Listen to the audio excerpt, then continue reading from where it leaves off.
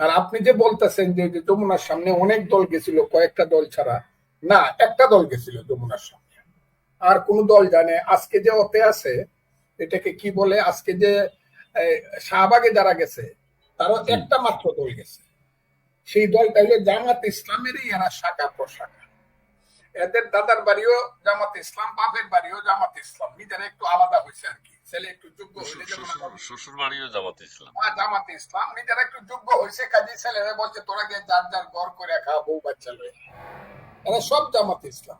ওই যে দেখেন আপনি এবি পার্টি থেকে ধরিয়া ওই যে নতুন ভাবে আরেকটা জুবাইয়ের না কোন ছেলেটা পার্টি করে, যত দল দেখবেন সবারই অরিজিন হলো জামাত ইসলাম। এবং এমনকি এই যে ছেলে পেলে গুলা, এদেরও বেশিরভাগ ছেলে পেলে একসময় জামাত ইসলাম, এরা যখন আবার ডক্টরেট ডিগ্রি নিয়ে গেল তখন দেখা গেল আরেকটু উন্নত হয়েছে হিজবুত তাহারির অথবা আল কায়দার চেতনায় বিশ্বাসী, এরাই